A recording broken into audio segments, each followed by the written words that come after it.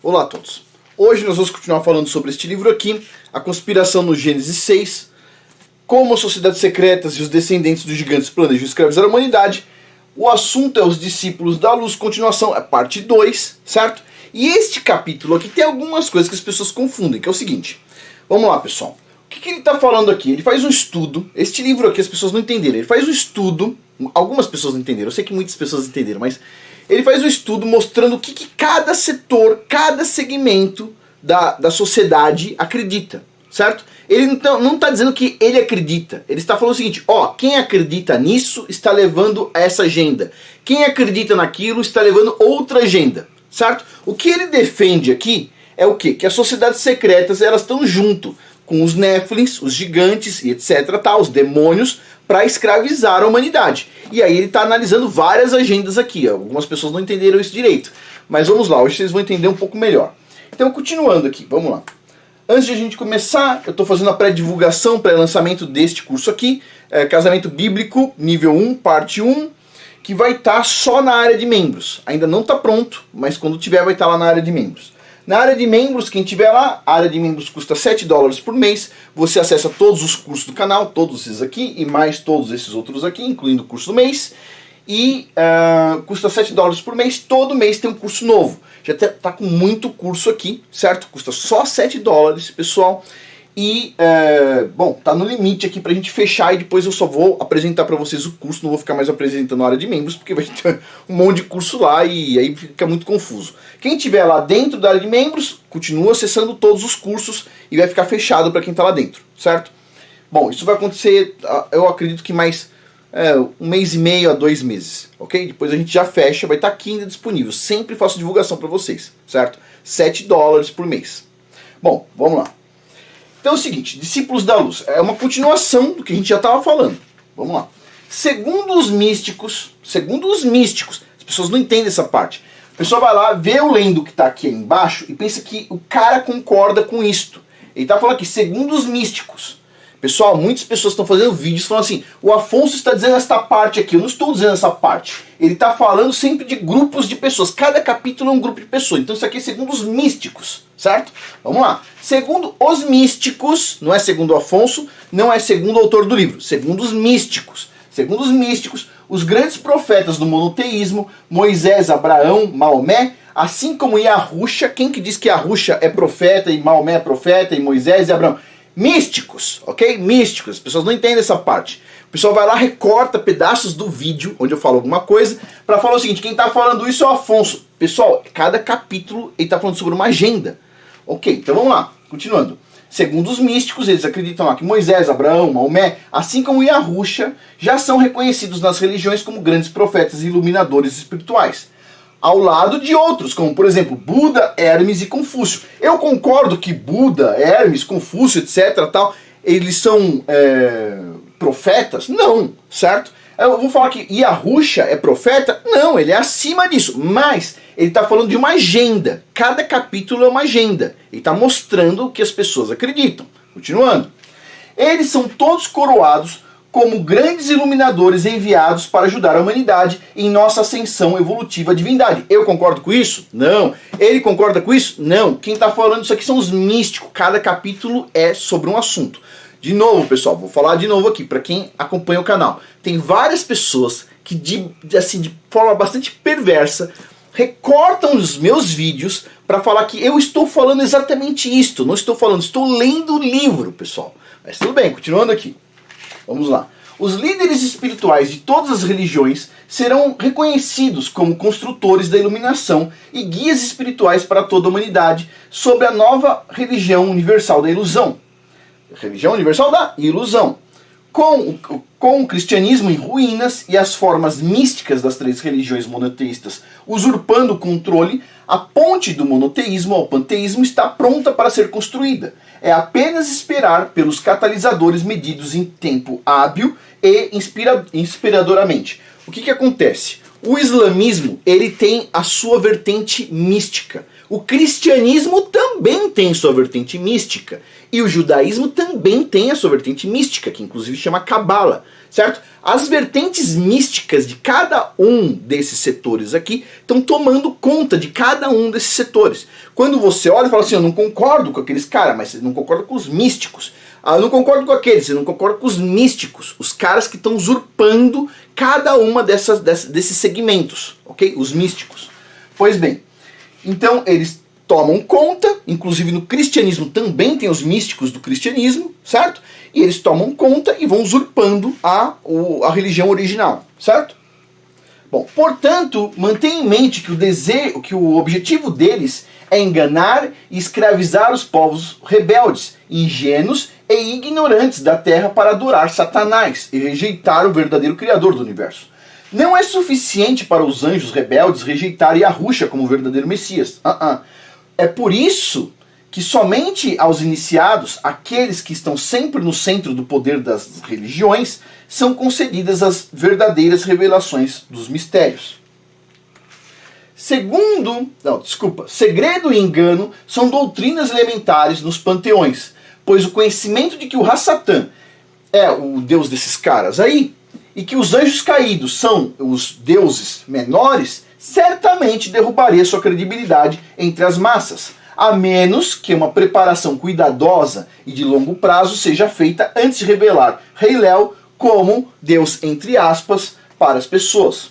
Por mais ridículo que pareça, à primeira vista, não o descarte tão rapidamente. Lembre-se também de que essas religiões e as pessoas não acreditam que ele, em suas alegorias personificadas, seja mal. Ou seja, muitos não acreditam que o Hassatan é mal pra caramba. Não, para muitas pessoas ele é bom. Vai vendo. Na verdade, eles realmente acreditam o oposto. Os deuses do panteão, como Osíris, são todos deuses do sol e ou da luz. E os panteões religiosos são todas religiões de luz e esclarecimento, né? A luz, de acordo com a doutrina espúria, é essencialmente a revelação da verdade e do conhecimento do bem e do mal.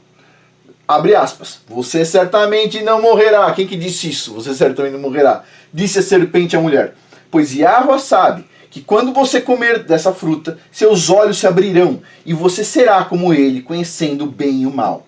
Quando a mulher viu que o fruto da árvore era bom para alimento e agradável aos olhos e também desejável para adquirir sabedoria, ela pegou um pouco e comeu. Gênesis capítulo 3, versículos de 4 a 6.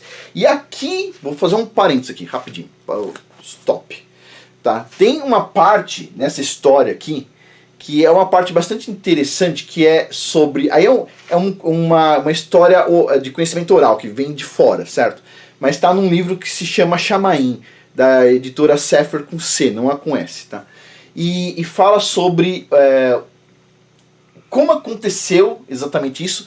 Tem um lago específico por perto ali, que o nome dele seria, eu esqueci o nome em hebraico, mas o nome em inglês seria Elysium, e uma hora a gente fala sobre isso no canal Casamento de Verdade, porque aí mostra um pouco a questão da hierarquia, como é que funciona entre homem e mulher, etc, tal, as responsabilidades. É um assunto interessante este aqui, mas vamos lá. Nesta curta narrativa, as doutrinas centrais das religiões panteístas foram expostas. Primeiro, ao comer do fruto, Adão e Eva se rebelaram contra Yahweh e seguiram o capeta sem saber, certo? Não sabiam que estão seguindo o capeta, basicamente. Ninguém falou assim, se você comer essa fruta aqui, você está seguindo o capeta. Não foi isso que aconteceu, né? Pois bem, em segundo lugar, a doutrina da luz ou conhecimento era estabelecido, que o conhecimento do bem e do mal, ou sabedoria derivada dele, era a chave para evoluir para a posição de deuses. Olha só, vai vendo. Pois Satanás afirmou claramente que o conhecimento os tornaria semelhantes ao Criador, Yahweh.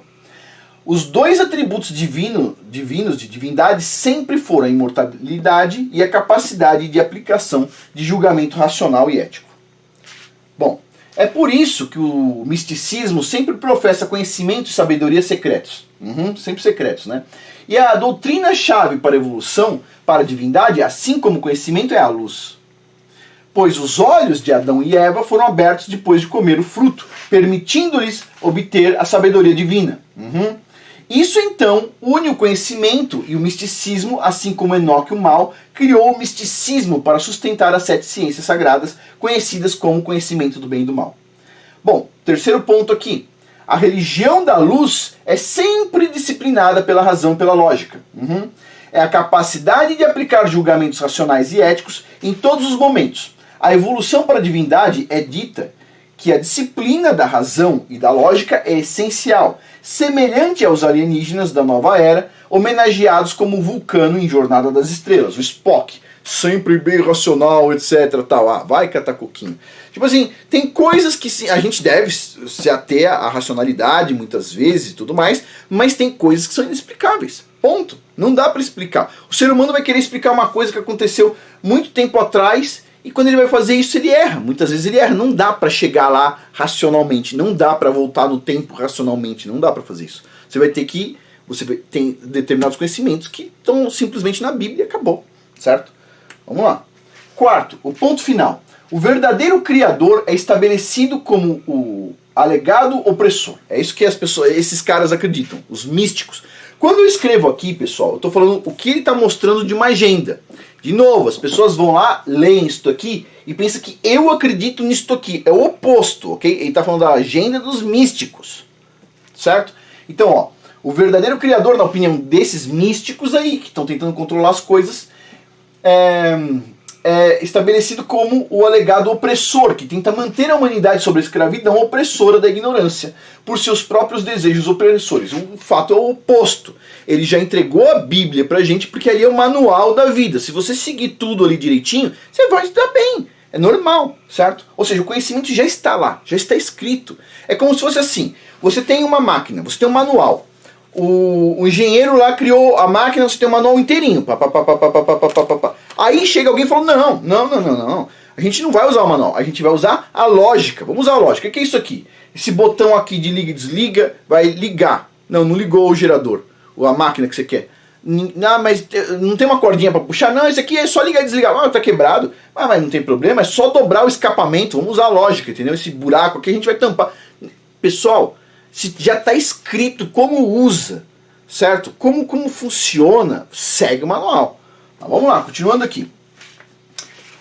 Enquanto isso, eles acreditam que o Criador é o opressor, enquanto isso, eles acreditam que Lúcifer é o Deus, entre aspas, da luz, que libertou os humanos da ignorância para que pudessem alcançar a divindade. Lúcifer, na mente desses caras, é transformado em um Deus de luz e conhecimento, o redentor da humanidade, em oposição ao adversário bíblico da humanidade.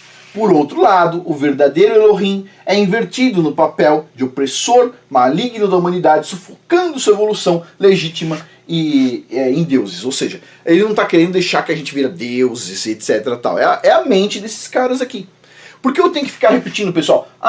Deus entre aspas, e as pessoas reclamam. Por que você fica dando detalhes? Porque quando eu não dou detalhes, as pessoas pegam meu vídeo, recortam, certo? Porque as pessoas são mau caráter e depois ficam divulgando coisas que eu não estou falando. Pois bem, então vamos lá, continuando aqui. Como afirma Lawrence Gardner, tanto o cristianismo quanto o judaísmo são os supressores do aprendizado e do conhecimento, segundo esses caras. De acordo com Webster, o dicionário Webster, Lúcifer é o latim para o planeta Vênus.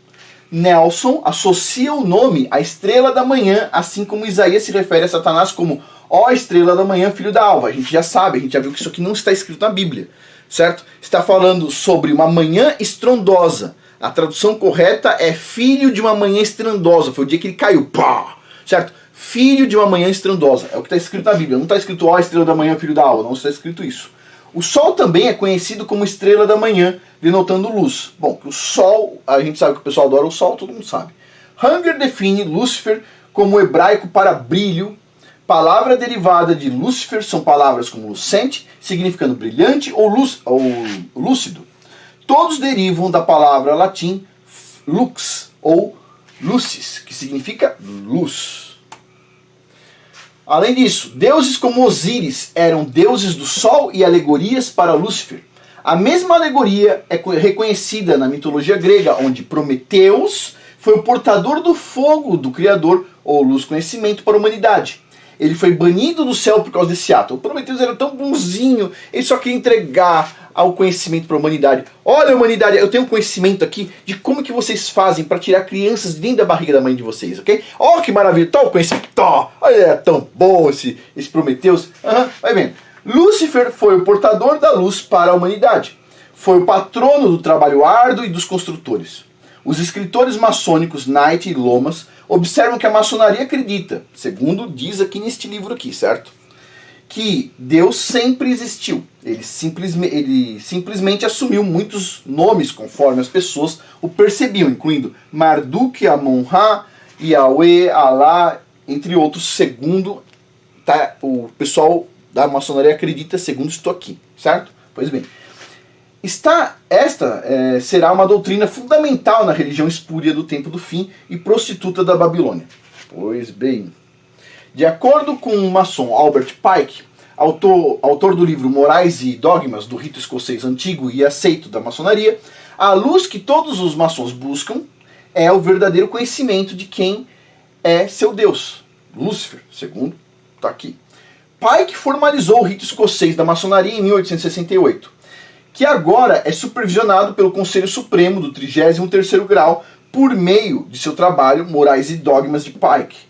Pike também é conhecido por seus esforços de recrutamento por meio de seus muitos escritos após a Guerra Civil, quando o número de membros diminuiu significativamente.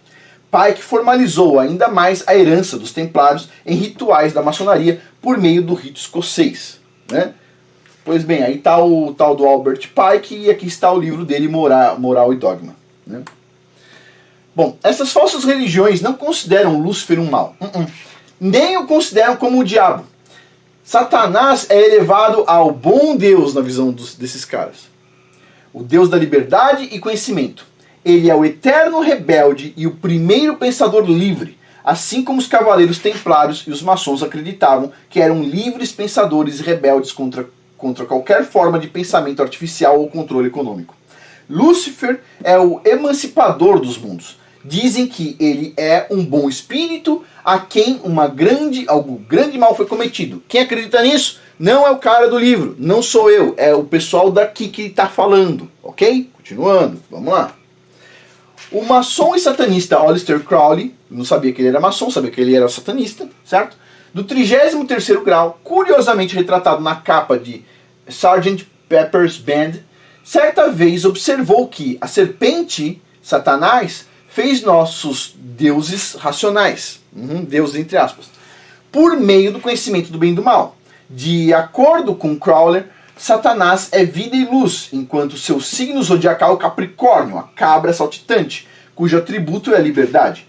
Crowley tinha um fascínio assustador pelos cavaleiros templários, de acordo com o maçom Ian Gittins. Então vamos lá, de novo, presta atenção. Uma coisa engraçada, que isso é um comentário, tá? A gente está lendo o livro aqui, aos poucos a gente vai pegando umas pérolas aqui e ali. Cavaleiros Templários, né? Hitler era fascinado. Ok, interessante. Aí você vê agora, o Aleister Crowley, o satanista Moore, era fascinado pelo assunto também, certo? E vem um monte de pessoas hoje em dia dizendo que combatem essas coisas, que também são fascinados pelas mesmas figuras. Vai vendo, vai fazendo suas contas aí. Continuando aqui. Tá aí o tal do Aleister Crowley, ele mais novo, que inclusive com uma cruz no peito, o cara aqui é esquisitinho. E aqui ele já mais velho, né? Bom, é esse figura aí, vamos lá. Depois de ser iniciado na filosofia, Crowley se juntou à Ordem da Golden Dawn em 1898. E depois de uma experiência mística, ele acreditou ser um profeta escolhido da nova religião destinada a substituir o cristianismo. Crowley se identificou com o anticristo. Ele acreditava ter recebido mensagens por meio de sua esposa que tem um nome esquisito aqui, um dos mensageiros dos deuses, para invocar o caminho de Horus e uma nova ordem para a humanidade, liderada pelo Messias da nova era. Crowley passou a se ver como o grande 666, besta do Apocalipse. E ele tinha uma lei, basicamente, certo? Tá aqui, ó. Qual que é a lei? Faça o que você desejar. O que você quiser, faça o que você quiser. Olha só. O que diz aqui o John Lennon, que todo mundo ama, lá dos Beatles? Ele diz o que, ó?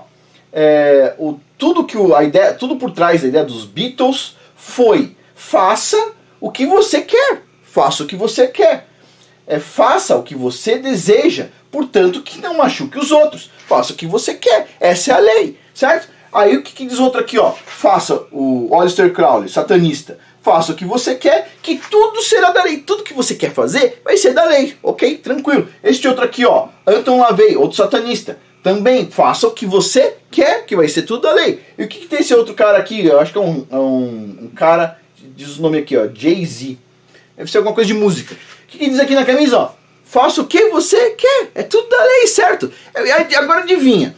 Esses caras todos dizem o seguinte: faça tudo que você quiser, portanto que você não faça mal aos outros, faça o que você quiser, tá tudo beleza. O que a gente vê um monte de cristãos falando hoje em dia? Não, você quer comer carne de porco? Faça o que você quiser, que tudo há de ser da lei. Mas olha só, e tal coisa. Se você é contra, você é um fariseu, legalista, não sei o que, faça o que você quiser, que isso é lei. Não é isso? É a mesma coisa que os 4 falam aqui. Todos, bom, vamos dizer assim, este aqui a gente sabe que é satanista e esse aqui a gente sabe.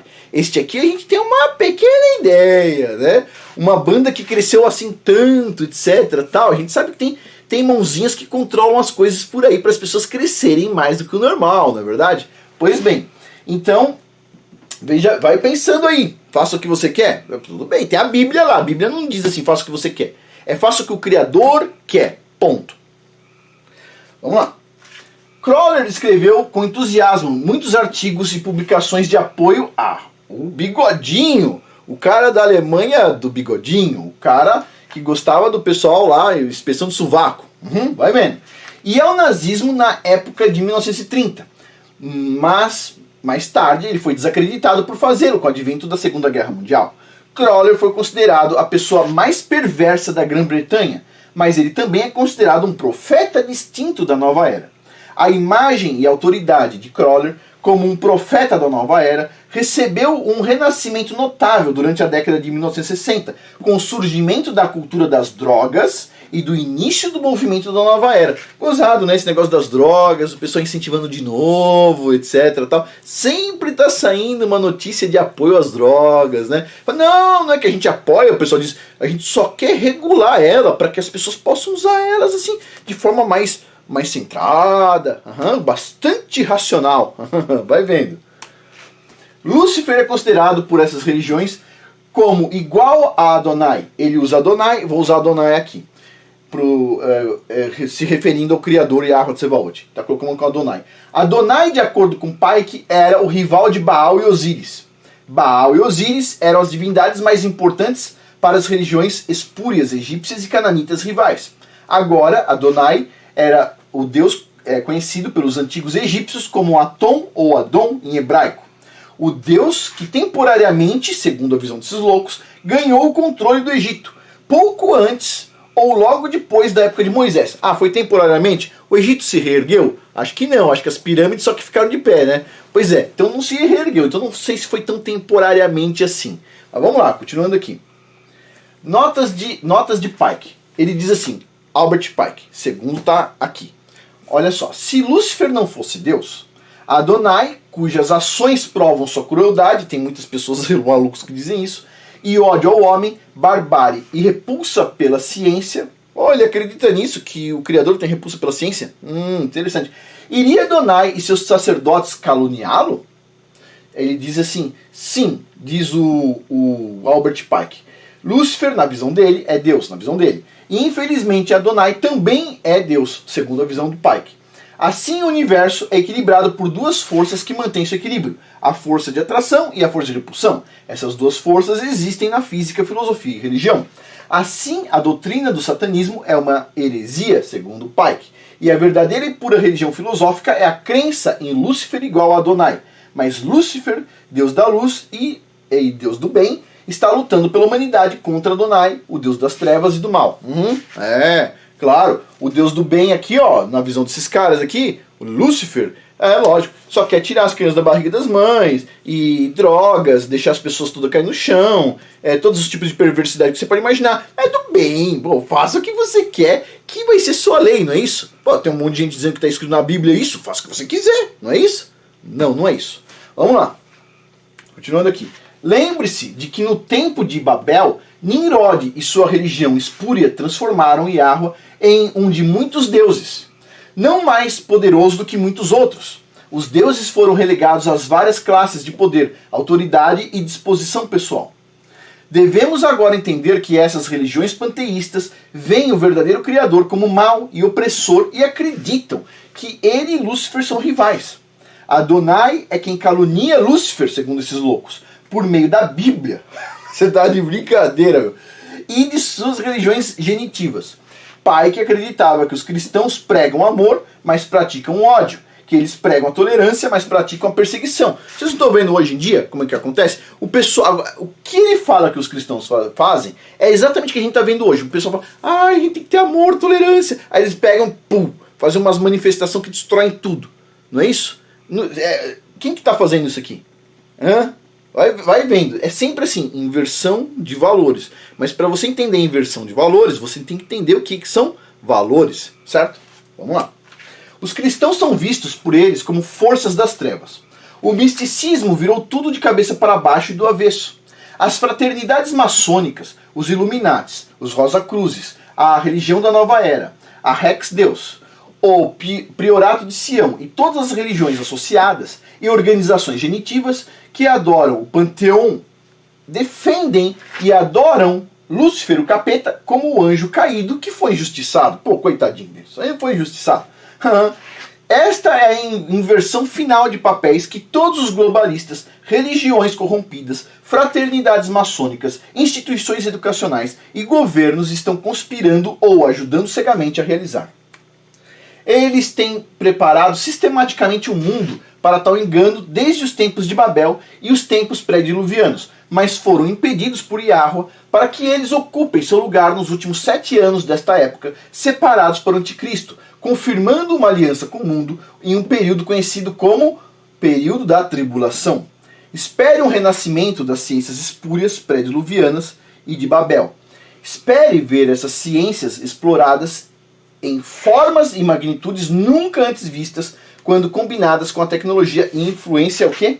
Alienígena. Pois bem, pessoal, hoje tá um calor enorme, mas tudo bem, continuando aqui. Vocês vão ver o sono um pouquinho, mas dá para entender o que está escrito aqui que é o importante. Então vamos lá. Espere que a mitologia mística seja empregada glorificando ainda mais a nova religião de Babel, por seu cultivo e manutenção de tal conhecimento desde o tempo de Babel até o presente. Espere que eles vão detalhar e martirizar sua história de sobrevivência sobre a perseguição brutal do monoteísmo e em particular do cristianismo. A cronologia será apresentada com ícones famosos e lendários da antiguidade, reconhecidos como guardiões das 7 ciências. E aí ele vai falar quais são esses guardiões que vão ser representados. Aristóteles para dialética, Cícero para retórica, Euclides para geometria, Boécio para aritmética, Ptolomeu para astronomia, Donato para gramática e Pitágoras para música. As 7 ciências liberais foram mantidas vivas em sigilo ao longo dos milênios por organizações como a Escola de Mistério de Pitágoras, que disseminou seu conhecimento obscuro por toda a Europa via organizações Rex Deus, como os Cavaleiros Templários. De novo. Eles, por sua vez, geraram e transmitiram o conhecimento espúrio a organizações como a maçonaria, a Rosa Cruz, Royal Societies. Pitágoras, fundador da matemática grega por volta do ano de 582 a 507 a.C., é considerado um patriarca do misticismo. Pitágoras era um defensor da reencarnação. Ele acreditava que a essência de todas as coisas simplesmente era um número. O pitagorismo é celebrado então como misticismo numérico, e ele também promoveu as qualidades numéricas contidas na onde? Na música. Pitágoras é credenciado por sintetizar o pensamento esotérico de todo mundo em uma filosofia perene, uma filosofia surpreendentemente semelhante à dos Upanishads da Índia do mesmo período. Ele foi o primeiro a se considerar um amante da sabedoria, um filósofo, basicamente. Ele foi provavelmente um dos primeiros sofistas, pois a filosofia formada pela primeira vez na Grécia no século VI a.C., Os sofistas, eles eram um elo taciturno entre a filosofia pré-socrática e a filosofia pós-aristotélica, que supostamente avançou além das mitologias. Jamblicus, o biógrafo de Pitágoras, não conheço muito de filosofia, pessoal, estou lendo aqui o que está escrito no livro, certo? Então se tiver alguma coisa aqui diferente, coloca aí nos comentários, está falando aqui do biógrafo de Pitágoras. Bom, eu acho esquisito, mas é o que está escrito aqui. Escreveu que tanto Pitágoras quanto Platão desenvolveram suas variedades de filosofia depois de ler as inscrições das duas infames colunas pré-diluvianas, sugerindo que essas colunas infames ainda existiam até cerca de 500 anos antes de Cristo, e sendo que Pitágoras foi registrado vivo aí nesse período mais ou menos, certo? Ele passou por esse período aqui. Você se lembra? Tem um filme que é um daqueles Era do Gelo, não sei o que, 3, 4, não sei o que é, que o pessoal diz que vai cair um cometa na Terra, etc. Tal, e aí os caras veem isso em duas colunas. Essas colunas aqui que o pessoal tanto cultua que não existe mais. Bom, mais tarde, as escolas de mistérios pitagóricas receberam conhecimento adicional dos essênios. Essênios, a gente vai falar sobre os essênios segundo o ponto de vista desse cara aqui também. Os descendentes cabalísticos de Salomão e Davi. Os essênios, para mim, eles são sempre assim, uma incógnita, ok? Por que eles são uma incógnita? Uma vez eu estava conversando com o Yahussef, não sei se vocês já perceberam, ele parou de usar a estrela de Rinfan, né? Ele chama de estrela de Davi, mas ele ficou, depois que o instrutor dele fez um estudo sobre a estrela de Davi, Rinfan, aí gerou uma certa dúvida, ele resolveu tirar a estrela de Rinfan, certo? A estrela de Davi, na visão dele, na minha visão, a estrela de Rinfan. Ele tirou, certo? Ele tirou, e não só tirou, como ele queimou, inclusive. Okay? E um dos argumentos que o Yahussef tinha quando a gente conversava era o seguinte: mas os essênios têm um registro dos essênios que tinham. E eu falei assim, se os essênios usavam, é porque eles não eram coisa boa, ok? Tipo assim, não é porque você vai lá e fala o seguinte, ok, eu confio nesses caras, parece que são legais, mas aí você vai lá e encontra uma estrela de Renfan no meio. Ok, você já abre o olho assim, só pera. Não dá pra confiar 100%. Eu ainda não cheguei na parte dos essênios aqui. A gente vai chegar junto na parte dos essênios. Mas ele está falando aqui que os essênios eram descendentes cabalísticos de Salomão e Davi. É isso que ele está colocando neste livro aqui. A gente vai analisar juntos, ok? Mas vamos lá. Escolas de mistérios pitagóricas foram estabelecidas em Crotona, na Itália. Acredita-se que Pitágoras migrou da ilha de Samos para Crotona em 530 a.C., onde organizou a elite aristocrática em uma ordem religiosa ascética poderosa. Essas escolas de mistérios, aliás, também mantinham laços muito estreitos com a antiga fraternidade branca no Egito, da qual falarei, o autor falará mais tarde. De Crotona, a filosofia pitagórica foi propagada por toda a Europa, da França à Inglaterra. Foi de Pitágoras e do sistema gnóstico basilidiano de religião que derivaram a filosofia e a moralidade originais, que então fundaram o sistema de crenças da maçonaria e, portanto, também dos templários, certo? Bom, a gente para por aqui, a gente termina aqui, acho que deu para alguns pontos assim que são interessantes, a gente vai pegando esses pontos, a gente não precisa concordar com tudo que ele fala, certo? As pessoas elas não sabem, tipo assim, usar um filtro, selecionar a informação. Eu vou passando aqui a parte que eu acho que é mais interessante. Alguma coisinha outra que eu acho que é boba, eu tiro, mas a parte mais interessante, vocês estão assistindo aqui, a gente está discutindo junto. E assim, a gente tem que ter noção que o que a gente precisa entender tem o nosso pensamento, certo? E tem o pensamento do grupo adversário. A gente precisa entender como eles pensam, ok? Por quê? Porque como é que você vai argumentar, vai discutir, se você nem sabe que o cara acredita? Só isso, certo? Mas, ou seja, precisa de um pouco de paciência. O livro é interessante. O rapaz aqui que fez o livro, o senhor que fez o livro, ele fez esse livro já faz algum tempo. E assim, me parece assim, muito razoável com as coisas que a gente está vendo, a evolução das coisas que a gente está vendo. Eu sei que muitas pessoas não gostam, né, de alguns comentários aqui, mas para quem tem paciência é um assunto interessante, certo? Só que algumas pessoas surtam, as pessoas surtam com qualquer coisa hoje em dia. Mas tudo bem, as pessoas são muito fracotes, então ficam surtando qualquer coisa. Mas, pessoal, no próximo vídeo sobre este livro aqui, a gente vai falar sobre o fenômeno Alien, ponto de vista dele, certo? Vamos lá, eu ponho meus comentários também, o que eu penso sobre o assunto. Pois bem, e para finalizar, lembre-se, link abaixo da área de membros, custa $7 por mês, Tem todos os cursos do canal lá, esses todos aqui e mais esses todos, e este aqui não ainda. Esse aqui vai sair nos próximos dias, espero eu. Tá quase pronto, dá trabalho pessoal, mas tá quase pronto. Casamento bíblico, a gente vai falar um pouquinho sobre as características do casamento, como é que a gente mantém as coisas saudáveis, como é que a gente mantém as coisas funcionando bem, e assim, o que cada um precisa saber. Esse curso eu ia fazer voltado para homens principalmente. Por quê? Como este canal aqui, ele tem um público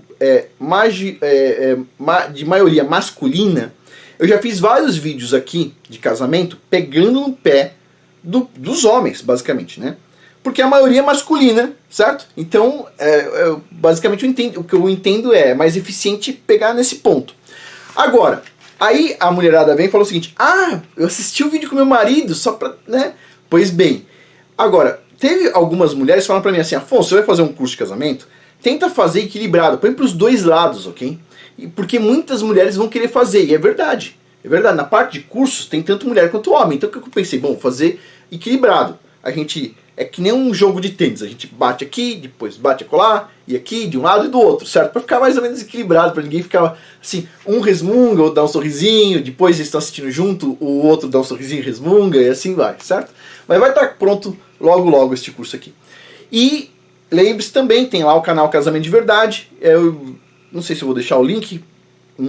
Eu vou deixar este link aqui, vou deixar outro link também do canal. A gente fez uma conversa maior, de 3 horas de duração o vídeo, tá lá. Ficou interessante. Eu não sei, o YouTube não gostou. O YouTube não gostou. Deu um trabalho enorme fazer aquele vídeo. E aparentemente o YouTube não gostou muito. Eu não sei quanto tempo vai ficar lá o vídeo, tá? Então aproveita, assiste lá o vídeo. Eu sei que é um pouco longo, talvez eu reparta ele, aproveite algumas partes, né? Faça uma coisa assim que o YouTube goste mais. Eu não sei exatamente como eu vou proceder ainda, mas tá lá ainda o vídeo, ok? Bom, pessoal, por hoje é isso. Muito obrigado a todos aí pela atenção. Até mais.